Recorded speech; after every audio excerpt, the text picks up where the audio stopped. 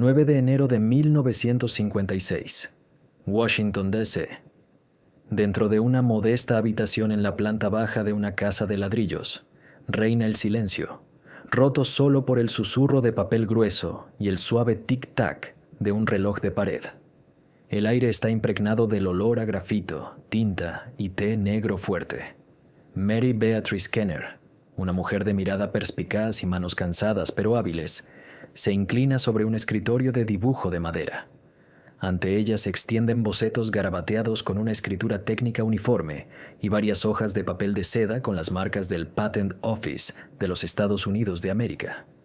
En el centro de la mesa hay un complejo prototipo de tela, un entrelazado de cintas elásticas, cierres metálicos y material impermeable, cuidadosamente cosido a mano. A primera vista, es solo una prenda de vestir, pero para Mary es el fruto de años de arduo trabajo, noches de insomnio y innumerables experimentos. Es una invención destinada a cambiar la vida de cada mujer en el planeta. En los documentos oficiales, se le denomina secamente cinturón higiénico.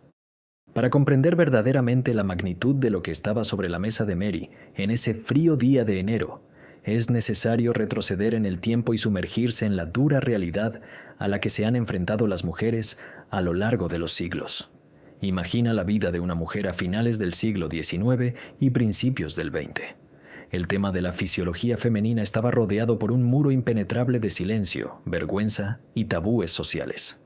La menstruación no se hablaba en voz alta, no se discutía en revistas médicas con la debida atención y, lo más importante, la industria ignoraba por completo esta necesidad mensual de la mitad de la población mundial. En aquellos tiempos las mujeres se veían obligadas a recurrir a remedios caseros que no solo eran incómodos, sino también francamente peligrosos para la salud. Se utilizaban trozos de tela vieja, retazos de franela, lana de oveja e incluso virutas de madera cosidas en bolsitas. Estas llamadas trapos debían lavarse, hervirse y secarse en secreto de las miradas masculinas, lo que convertía cada mes en una prueba agotadora. Cuando las mujeres empezaron a salir masivamente a trabajar en las fábricas durante la Primera Guerra Mundial, el problema se volvió crítico. Estar de pie durante 10 o 12 horas en las máquinas en funcionamiento, utilizando voluminosas construcciones de tela que se deslizaban constantemente, sujetas con alfileres de seguridad comunes a la ropa interior, era una tortura. Los alfileres a menudo se soltaban, clavándose en la piel, hasta sangrar y dejando profundos rasguños, y la falta de barreras impermeables provocaba un miedo constante a manchar la ropa. La fricción constante causaba irritación, y la falta de esterilidad, infecciones graves. Los productos comerciales que comenzaron a aparecer en el mercado en la década de 1920 eran cinturones voluminosos y rígidos que rozaban la piel y no tenían en cuenta en absoluto las características anatómicas del cuerpo femenino en movimiento. Fue en este mundo, lleno de problemas domésticos sin resolver, que en 1912 nació Mary Beatrice Davidson, en el pequeño pueblo de Monroe, Carolina del Norte. Tuvo la suerte de nacer en una familia poco común. Mientras que en el sur de los Estados Unidos de América reinaban las crueles leyes de segregación y las oportunidades para los afroamericanos estaban severamente limitadas, el hogar de los Davidson era un verdadero laboratorio de pensamiento ingenieril. La inventiva corría por sus venas. Su abuelo materno, Robert Pfeiffer, fue un hombre de intelecto excepcional. Inventó la señal luminosa tricolor para trenes, un mecanismo destinado a prevenir accidentes en condiciones de poca visibilidad. Su padre, Sidney Nathaniel Davidson, pasaba días y noches en el cobertizo detrás de la casa, diseñando intrincados mecanismos. En 1914, obtuvo una patente para una prensa de ropa portátil que podía caber en la maleta de un viajero. Aunque su padre nunca pudo encontrar inversores dispuestos a financiar la invención de un ingeniero negro y finalmente vendió los derechos de la patente por la insignificante suma de $20, transmitió a sus hijos algo mucho más valioso: la creencia de que la mente humana puede resolver cualquier problema físico. Su hermana Mary, Mildred, también se contagió de esta pasión y más tarde patentaría un juego de mesa, además de idear varias mejoras para electrodomésticos. Para la pequeña Mary, el mundo no era solo un lugar para vivir, sino un enorme taller donde cada objeto roto o inconveniente doméstico era un desafío para su intelecto. Imagina a una niña de 12 años que, en lugar de jugar con muñecas, pasaba horas observando la chirriante puerta principal. El sonido la irritaba, pero en lugar de quejarse, desmontó el mecanismo y creó una bisagra de puerta autolubricante, fijándole una pequeña esponja empapada en aceite. Poco después, al notar cómo los pasajeros se mojaban bajo la lluvia al salir de los coches, la joven Mary dibujó el plano de un paraguas especial que se sujetaba directamente a la puerta del coche y se abría automáticamente al abrirla. Sin embargo, la familia no tenía dinero extra para registrar patentes de inventos infantiles, y estas ideas se quedaron solo en bocetos en sus cuadernos. Más tarde, al crecer, descubriría con amargura que otros ingenieros habían patentado mecanismos idénticos. Ella recordaría esta lección temprana toda su vida. Una idea no vale nada hasta que está protegida por la ley. En 1924, la familia Davidson se mudó a Washington, D.C. en busca de una vida mejor y mayores oportunidades. Mary estudió brillantemente e incluso ingresó en la prestigiosa Universidad de Howard. Soñaba con obtener una educación científica fundamental para convertirse en ingeniera profesional, pero el destino tenía otros planes. Después de solo 1 año y medio de estudios, la situación financiera de la familia se deterioró drásticamente.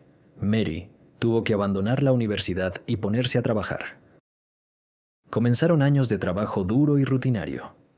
Trabajó como niñera, limpiadora y operadora de ascensores en los edificios de gran altura de Washington. Pasaba todo el día de pie en la estrecha cabina del ascensor, apretando pesadas palancas de latón, subiendo y bajando a empleados y hombres de negocios. Pero incluso en este trabajo monótono, su mente no se apagaba. De pie en la cabina, sentía el mismo dolor y malestar que todas las mujeres de su época. Las rígidas correas de los cinturones sanitarios comerciales se clavaban en su cintura con cada inclinación, y el miedo a las fugas la mantenía en constante tensión. Veía cómo sufrían otras mujeres, sus hermanas, amigas, compañeras de trabajo. Todas ellas soportaban en silencio esta carga oculta. Mary se dio cuenta de que los hombres que dirigían corporaciones médicas y textiles nunca podrían crear un producto verdaderamente cómodo porque no entendían la física del cuerpo femenino. La solución tenía que venir de una mujer, y Mary decidió que esa mujer sería ella. Al regresar por las noches a su diminuta habitación, después de 10 horas de trabajo de pie, no se acostaba a dormir. Sacaba las tijeras, los carretes de hilo resistente, los retazos de tela de algodón y las cintas elásticas. Mary comenzó a analizar la anatomía del movimiento. ¿Cómo se dobla el cuerpo? ¿Cómo se estira la piel al caminar? ¿Qué fuerzas actúan sobre las fijaciones? Se dio cuenta de que la faja no debía ser un corsé rígido. Debía ser un sistema flexible que se adaptara a cualquier postura. Además, comprendió el principal problema de las almohadillas de la época, la falta de una barrera fiable contra la humedad. Así comenzó el largo camino de ensayo y error. Mary compraba diversos materiales, los probaba en cuanto a su resistencia, los lavaba en agua hirviendo, comprobando cómo conservaban su forma. Confeccionaba prototipo tras prototipo, descosiendo sin piedad aquellos que le parecían insuficientemente perfectos. Su habitación se convirtió en un auténtico laboratorio de ingeniería textil, donde cada costura tenía una justificación matemática y cada cierre era sometido a pruebas de resistencia a la rotura. Trabajaba en secreto, comprendiendo que en la conservadora sociedad de los años 20 y 30, la discusión de tales inventos solo habría provocado burla o condena. Pero Mary Beatrice Kenner no podía ser detenida. No solo iba a diseñar una nueva faja, iba a revolucionar la ingeniería en el campo de la salud femenina, incluso si eso significaba desafiar a todo el sistema de patentes de los Estados Unidos de América. Imagine a dimly lit room in Washington in the mid-1930s. Outside, a chill autumn wind howls, and on Mary's table lie pieces of rubberized fabric, elastic bands, and special metal clasps. While male engineers in giant corporations were racking their brains over the aerodynamics of new airplanes and the power of car engines, this young African-American woman was solving a problem no less important, but absolutely invisible to the patriarchal world of science. She was engaged in the engineering of female comfort. Para apreciar la genialidad de su solución, es necesario comprender la mecánica del problema. El cuerpo humano en movimiento es un complejo sistema biomecánico. Cuando una mujer camina, se sienta, se inclina o sube escaleras, su pelvis, caderas y abdomen cambian constantemente de posición y volumen. Los cinturones higiénicos existentes en ese momento estaban hechos de materiales rígidos y no elásticos. Funcionaban como un torniquete. Si el cinturón estaba apretado, interrumpía la circulación sanguínea y dejaba profundas marcas rojas en la piel. Si estaba flojo, la estructura inevitablemente se deslizaba, haciendo inútil el uso de la compresa y amenazando con una fuga catastrófica. Además, las compresas se sujetaban al cinturón con alfileres metálicos comunes, que bajo la tensión de la tela tendían a desabrocharse, clavándose en el cuerpo. Mary abordó este problema como una verdadera mecánica. Primero, eliminó por completo los armazones rígidos. Desarrolló un sistema basado en bandas elásticas que podían estirarse y contraerse sincrónicamente con los movimientos del cuerpo. Su cinturón consistía en una banda elástica ajustable para la cintura y dos correas elásticas que descendían, una delantera y otra trasera. Pero el avance principal, la verdadera innovación técnica, fue un bolsillo especial para la almohadilla. En lugar de obligar a las mujeres a sujetar material absorbente con imperdibles a la ropa interior, Mary diseñó un bolsillo interior impermeable. Utilizó materiales novedosos para la época, tejidos con un ligero revestimiento de goma que empezaban a aparecer en el mercado. Este bolsillo sujetaba de forma segura la compresa de algodón o desechable en su lugar, y su base impermeable creaba una barrera absoluta, protegiendo la ropa de las manchas. La compresa no podía moverse ni un milímetro, y las correas elásticas garantizaban que el bolsillo se ajustara firmemente al cuerpo en cualquier postura, sin imperdibles, sin rozaduras, sin miedo. Comenzó la etapa de pruebas físicas más duras. La propia vida de Mary se convirtió en el campo de pruebas ideal. Trabajando como operadora de ascensores y más tarde como guardia en edificios gubernamentales de Washington, pasaba de 10 a 12 horas seguidas de pie. Llevaba sus prototipos en las sofocantes cabinas de los ascensores, en las condiciones del calor y la humedad del 100% del verano de la capital. Si el cinturón empezaba a rozar a la 7ª hora del turno, volvía a casa, descosía las costuras y cambiaba el ángulo de la banda elástica. Si el material impermeable resultaba demasiado rígido y hacía ruido al caminar, buscaba una alternativa más suave. Paso a paso, puntada a puntada, llevó su invento a la perfección. El cinturón de Mary era increíblemente ligero, suave, fácil de lavar y, lo más importante, le daba a la mujer una absoluta libertad de movimiento y tranquilidad. A finales de la década de 1930, el prototipo estaba completamente listo. El invento estaba en marcha. Parecería que el siguiente paso lógico sería patentarlo inmediatamente y ofrecérselo a las fábricas. Pero la dura realidad intervino. El proceso de obtención de una patente en los Estados Unidos de América fue una experiencia larga, compleja y, lo más importante, muy costosa. Era necesario pagar las tasas gubernamentales, contratar a un dibujante profesional para crear ilustraciones técnicas estandarizadas y, por lo general, pagar los servicios de un abogado de patentes que pudiera redactar la solicitud de manera que no fuera rechazada por los estrictos examinadores de la oficina. En total, esto sumaba cientos de dólares. Para una mujer negra que trabajaba en empleos mal remunerados y vivía durante la Gran Depresión, esta era una suma astronómica. Apenas le alcanzaba el dinero para comer y pagar una vivienda modesta. Pasaron los años. Comenzó la Segunda Guerra Mundial. El país pasó a estar en estado de guerra. Las telas y el caucho se convirtieron en materiales escasos, estrictamente racionados por el gobierno. Mary continuó trabajando, ahorrando cada céntimo libre.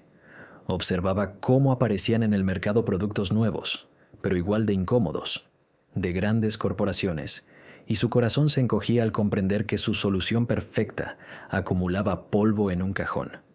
Sin embargo, no se rindió. Su padre, Sidney Nathaniel, una vez cedió su patente por una miseria. Mary juró que eso no le pasaría a ella. Tenía que convertirse en la propietaria legítima de su propiedad intelectual. A principios de la década de 1950, su vida se había estabilizado un poco. En 1951, se casó con James Kenner, un hombre que apoyaba sus ambiciones y creía en su talento. Combinando sus modestos ingresos y ahorrando la suma necesaria después de muchos años de estricta austeridad, Mary finalmente pudo poner en marcha la maquinaria burocrática. En 1954, Mary Beatrice Kenner cruzó el umbral de la oficina de un abogado de patentes. Extendió ante él sus impecables bocetos y colocó sobre la mesa el prototipo de tela. El abogado, un hombre con traje elegante, quizás la miró con escepticismo al principio, pero tan pronto como examinó la mecánica del bolsillo impermeable y el sistema de distribución de tensión de las bandas elásticas, el escepticismo se convirtió en respeto profesional. El diseño era impecable. La solicitud fue presentada oficialmente. En los documentos enviados a la oficina de patentes, la invención se describió con la máxima precisión técnica. El texto decía: el objetivo de esta invención es crear un cinturón higiénico mejorado que proporcione un soporte fiable, sea elástico para la comodidad de la usuaria e incluya un escudo impermeable. Es que cabalas. La espera se prolongó durante casi 2 años. Los expertos en patentes examinaron minuciosamente los archivos, verificando si alguien había inventado algo similar anteriormente. Compararon los dibujos de Mary con cientos de otras solicitudes. Y así, volvemos al mismo momento en que comenzamos nuestra historia. 9 de enero de 1956. El gobierno de los Estados Unidos de América reconoció oficialmente la singularidad y la novedad de su pensamiento de ingeniería. A Mary Beatrice Kenner se le concedió la patente número 2.729.104. Al mirar el documento, sellado con un sello oficial y adornado con una cinta azul, Mary sintió un alivio y orgullo increíbles. Lo que comenzó como un intento de aliviar su propio sufrimiento en la estrecha cabina de un ascensor de Washington, ahora era un reconocimiento oficial de su contribución a la ciencia y la tecnología estadounidenses. Estaba segura de que esto era solo el principio. Con una patente protegida para un producto que era vital para millones de mujeres, esperaba que los principales fabricantes de productos de higiene hicieran cola en su puerta. Después de todo, las leyes del capitalismo son sencillas. Si creas un producto que es mejor, más conveniente y más fiable que la competencia, el mercado te recompensará inevitablemente. Con esta convicción, Mary comenzó a enviar cartas a las principales corporaciones de fabricación del país, ofreciéndoles comprar una licencia para producir su cinturón higiénico. Esperaba las respuestas con el corazón en vilo, anticipando el triunfo, pero Mary Kenner no tuvo en cuenta un factor oscuro e irracional que en aquellos años era más fuerte que cualquier lógica del libre mercado, más fuerte que la sed de beneficios y más fuerte que el sentido común de la ingeniería. Este factor estaba a punto de destruir sus sueños de producción en masa. Imagínese la emoción de Mary Beatrice Kenner en 1957. Por fin, después de muchos años de arduo trabajo, de pruebas en las estrechas cabinas de los ascensores de Washington y de ahorrar cada céntimo para pagar los servicios de un abogado de patentes, recibió la tan esperada respuesta de una de las mayores corporaciones de productos de higiene de los Estados Unidos de América.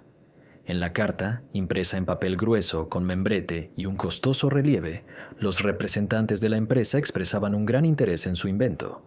escribieron que habían estudiado su patente número 2.729.104. Reconocieron su superioridad técnica sobre los análogos existentes y deseaban discutir de inmediato las condiciones de compra de los derechos para la producción en masa. Para Mary, este fue un momento de máximo triunfo. Su genio fue reconocido por los gigantes de la industria. Parecía que los años de pobreza y arduo trabajo físico habían quedado atrás. Poco después de recibir la carta, los representantes de la empresa se pusieron en contacto con ella para concertar una reunión personal. Querían ver a la inventora con sus propios ojos, firmar los papeles y poner en marcha la producción de lo que les reportaría beneficios millonarios. Y a Mary, la merecida fama y de independencia financiera. Pero el día del encuentro se convirtió en un día de la más amarga decepción, que demostró vívidamente la fea cara de la América de mediados del siglo XX. Mary se vistió cuidadosamente con su mejor vestido. Llevó consigo los prototipos y planos cuidadosamente empaquetados. Llegó a la dirección indicada, a la lujosa oficina de la corporación. Cuando entró en la recepción y dijo su nombre, se produjo un silencio pesado e incómodo. El representante de la empresa, que salió a su encuentro con la sonrisa rutinaria de un hombre de negocios, se quedó paralizado. La sonrisa se desvaneció de su rostro, reemplazada por una expresión de evidente shock y confusión. Esperaba ver a cualquiera, un ingeniero blanco y sólido, una ama de casa blanca de los suburbios, pero ante él había una mujer negra. En aquellos años, cuando la segregación no era solo una norma social, sino también una ley en muchos estados, cuando los negros tenían que sentarse en la parte trasera de los autobuses y usar fuentes de agua separadas, la idea de que un invento genial para la higiene íntima de las mujeres blancas pudiera haber sido creado por una afroamericana provocó en la dirección de la empresa un miedo insuperable e irracional. La conversación, que debía ser el comienzo de una gran asociación comercial, se convirtió rápidamente en una serie de torpes excusas. El representante de la empresa, tartamudeando, le explicó a Mary que habían reconsiderado sus planes. Declararon que, lamentablemente, la implementación de su cinturón elástico con bolsillo impermeable no era económicamente viable. Dijeron que el mercado no estaba preparado para tales innovaciones. Pero Mary entendió perfectamente la verdadera razón de la negativa. En una entrevista muchos años después, diría con amargura: una vez, una empresa se puso en contacto conmigo, expresando interés en promocionar mi idea. Estaba tan feliz, vieron que era negra, y su interés se desvaneció.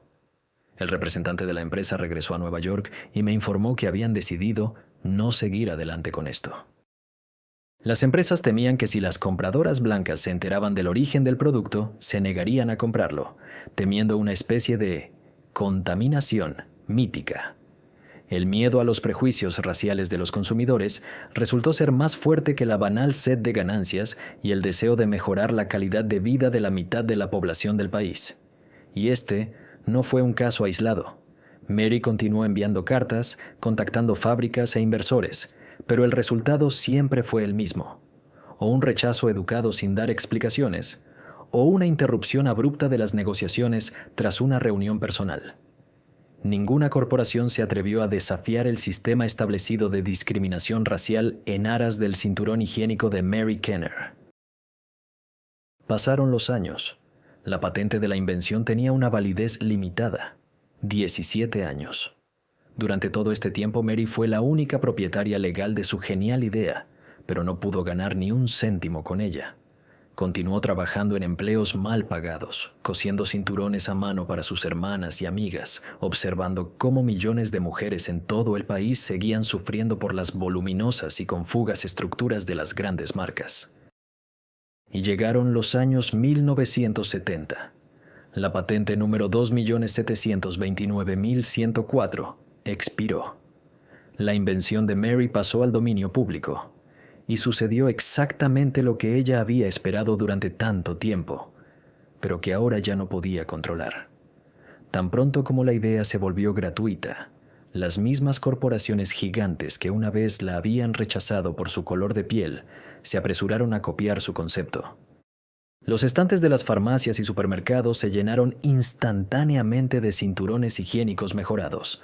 Se basaban en los mismos principios que Mary había desarrollado décadas antes en su pequeña habitación de Washington.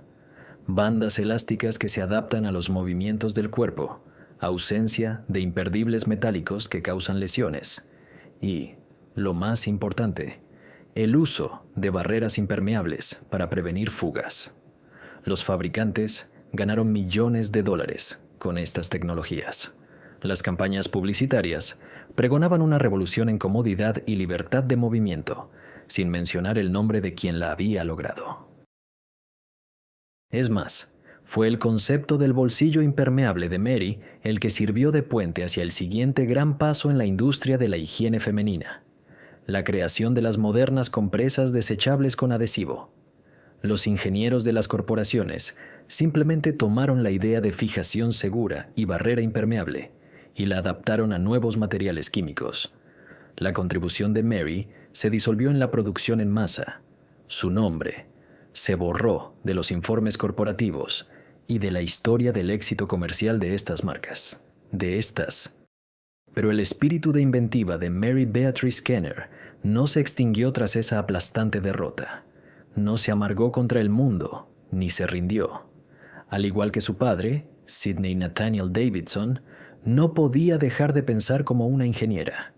Su cerebro buscaba constantemente formas de hacer la vida de las personas más cómoda, especialmente de aquellas que sufrían limitaciones físicas.